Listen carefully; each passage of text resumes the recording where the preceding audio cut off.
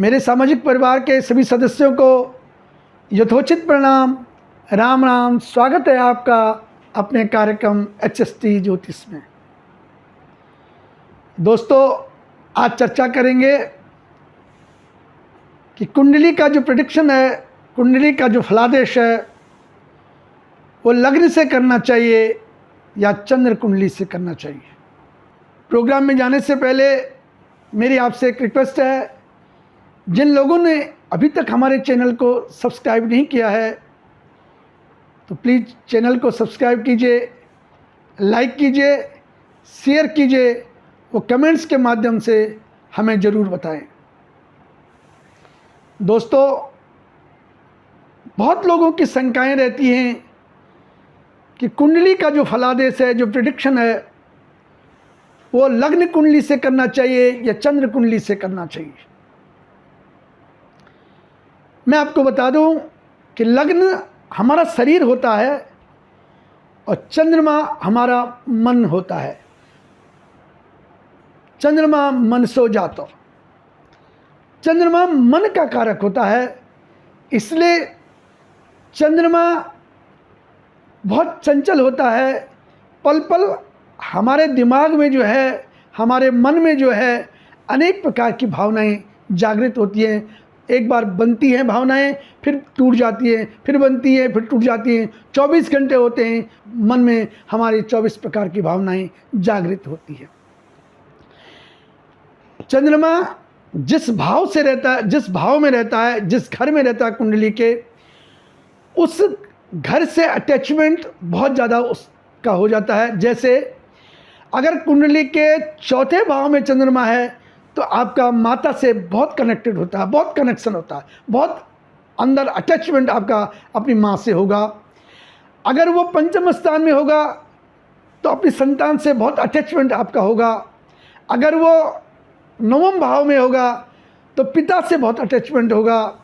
और अगर वो लग्न में ही बैठा होगा तो आपको अपने शरीर की बहुत चिंता रहती है कि मैं ठीक दिख रहा हूँ, सही दिख रहा हूँ, मेरी फिटनेस सही है कि नहीं है, मैं सुंदर लग रहा हूँ कि नहीं रहा हूँ। यानी चंद्रमा जिस भाव में रहता है, उस भाव से रिलेटेड उसका अटैचमेंट बहुत ज़्यादा रहता है।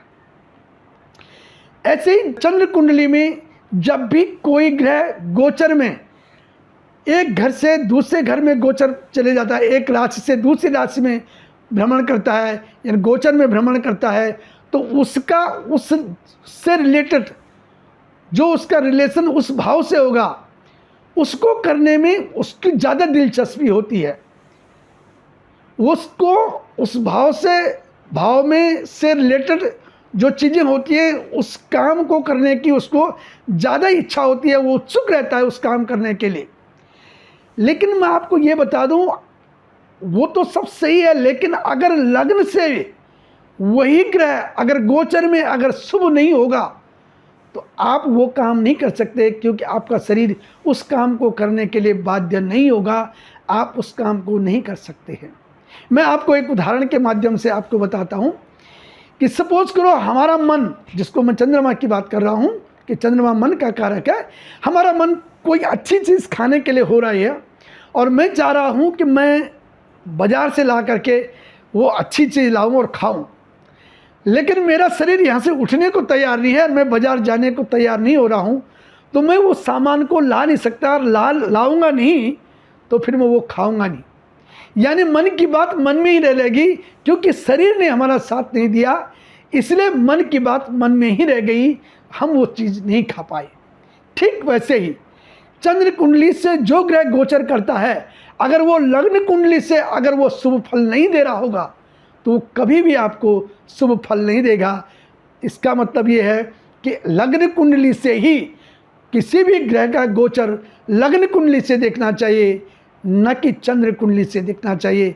मेरी आपसे रिक्वेस्ट है कि जब भी फलादेश करें, जब भी कुंडली में फलादेश से प्रेडिक्शन करें तो लग्न कुंडली से करें, न कि चंद्र कुंडली से करें। दोस्तों, आज के एपिसोड में इतना ही। अगले एपिसोड में फिर नई जानकारी के साथ आपके सामने उपस्थित होंगे। तब तक के लिए बहुत बहुत प्रणाम।